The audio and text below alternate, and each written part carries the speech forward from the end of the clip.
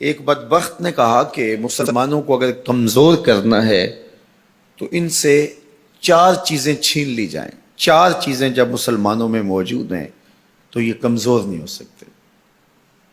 ایک قرآن مجید، یہ ان کی وحدت کی ضمانت ہے، اور یہ کتاب ان کی وہ ایسی پاکیزہ اور متحرک اور فعال تھیوری ہے جو کبھی بھی فرسودہ نہیں ہوتی، اور ہر دور کی ضرورت کو یہ کتاب پورا کرتی ہے.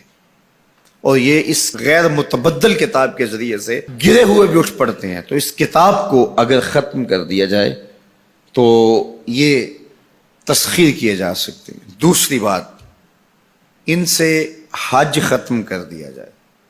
حج ان کی وحدت کی علامت ہے، ان کی شان و شوکت اور شکوہ مسلم کی ضمانت ہے. لہذا حج ختم کر دیا جائے تو ان کو تسخیر کیا جا سکتا ہے. تیسری بات، ان سے جہاد کا خاتمہ کر دیا جائے. جہاد ختم ہو جائے گا تو یہ کمزور ہو جائیں گے. چوتھی چیز، ان کے سینے سے عشق رسول چھین لیا جائے. محبت رسول اس کے سینے سے کھینچ لی جائے. اگر یہ دولت نہیں رہے گی تو یہ مٹی کے مجسمے ہوں گے اور ان کے اندر کچھ نہیں ہوگا. وہ فاقہ کش جو موت سے ڈرتا نہیں ذرا، روح محمد اس کے بدن سے نکال لو. تو کہا یہ 4 چیزیں اگر ان سے چھین لی جائیں تو ان کو تسخیر کرنا آسان ہوگا. اب ان میں سے 2 چیزوں پر جب محنت کی گئی تو جہاد کے خاتمے کے لیے مسلمہ پنجاب مرزا قادیانی کو کھڑا کیا گیا، اور اس کا کام یہ تھا کہ مسلمانوں کی ذہن سازی کرے کہ جہاد ختم ہو گیا ہے. اور وہ خود لکھتا ہے کہ میں نے جہاد کی ممانعت پر اتنا کچھ لکھا ہے اور اطراف و اکناف میں بھیجا ہے، اگر وہ جمع کرنا ممکن ہو تو 300 الماریاں بھر جائیں. اتنا کچھ میں نے جہاد کی ممانعت میں لکھا ہے. تو وہ اس ایجنڈے پہ آیا تھا.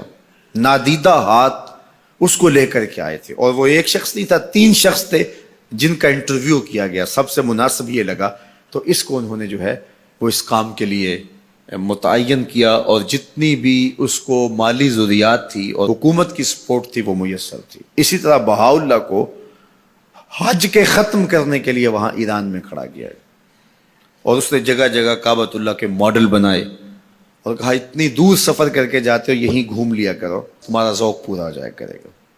اب یہ 2 لوگوں کو نادیدہ ہاتھوں نے ان 2 چیزوں کو ختم کرنے کے لیے، جہاد اور حج کو ختم کرنے کے لیے تیار کیا تھا، اور ان کے اوپر اس زمانے کے اندر انہوں نے کروڑوں روپے لگائے تھے. اب جب وہ مر بھی گئے ہیں تو ان کے متبعین کو وہ اسی طرح سپورٹ کر رہے ہیں، اس لیے ان کے متبعین جو ہیں وہ موجود ہیں. باقی جس نے بھی ادعائے نبوت کیا پاگل پن کی وجہ سے، یا جو ہے وہ اس کے اندر کوئی صلاحیت تھی تو وہ تکبر میں آ گیا، تو اس پاگل پن کی وجہ سے اس نے اعلان کیا، جب وہ گیا تو سلسلہ ختم ہو گیا.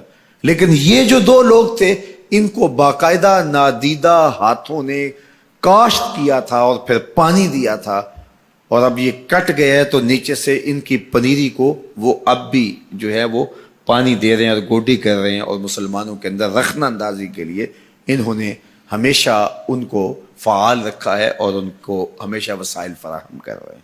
اس لیے امت کو ان سے محتاط رہنے کی بہت زیادہ ضرورت ہے، چونکہ یہ نادیدہ ہاتھوں کے مہرے ہیں جو مسلمانوں کو نقصان دینے کے لیے اور ان کے اندر سے ان جذبوں کو ختم کرنے کے لیے جو ہے وہ دن رات کوشاں ہیں، اور مغرب کی جاسوسی اسلامی ممالک سے کر کے جو ہے وہ ان کو فائدہ پہنچاتے ہیں. اور مسلمانوں کے لیے بالخصوص پاکستان کے لیے یہ مرزائی اس قدر خطرناک ہے کہ علامہ اقبال علیہ رحمہ نے اس زمانے میں کہا تھا، ابھی پاکستان بننے جا رہا تھا، آپ نے کہا تھا کہ مرزائی اسلام کے بھی غدار ہیں، پاکستان کے بھی غدار ہیں.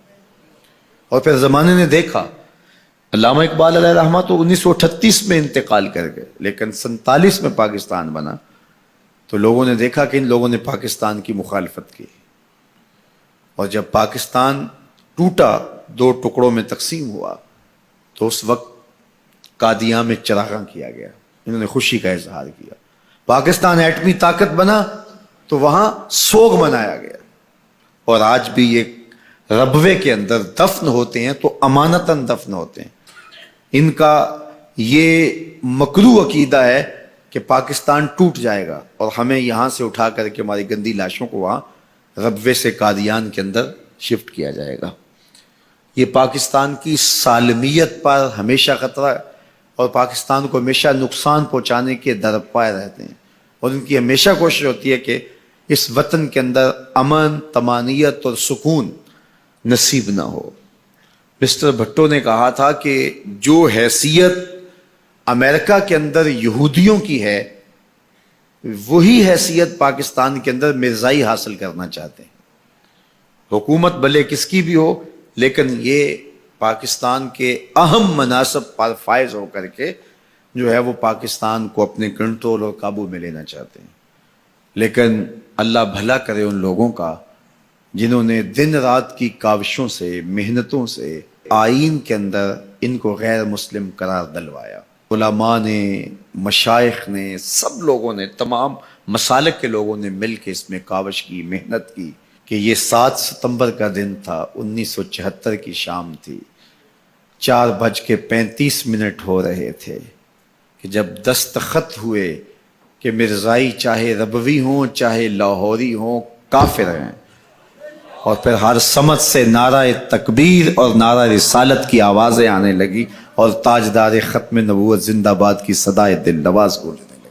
پھر اس وقت سے لے کر یہ پاکستان کے خلاف سازشوں میں اور زیادہ مصروف ہو گئے. پوری دنیا کے اوپر پھیلے ہوئے مرزائی پاکستان کو رسوا اور بدنام کرنا چاہتے ہیں مختلف ممالک کے اندر، اور ان کے مختلف ممالک کے ساتھ تعلقات ہیں مختلف بنیادوں پر، چونکہ یہ تھے ان کے، اور ان کے خود کاشتہ پودا تھا مرزائیت جو یہاں لگایا گیا، یہودیت کا خود کاشتہ پودا ہے. لیکن مرزائی یہ نہیں سمجھتے کہ پاکستان یوں ہی نہیں بنا، یہ کسی حادثے کا نتیجہ نہیں تھا، پاکستان محبوب کی نگاہوں کا نتیجہ. اللہ کے خاص فضل سے یہ پاکستان مارز وجود میں آیا، اس لیے یہ مٹنے کے لیے بنا ہی نہیں تھا، قیامت تک قائم رہنے کے لیے بنا.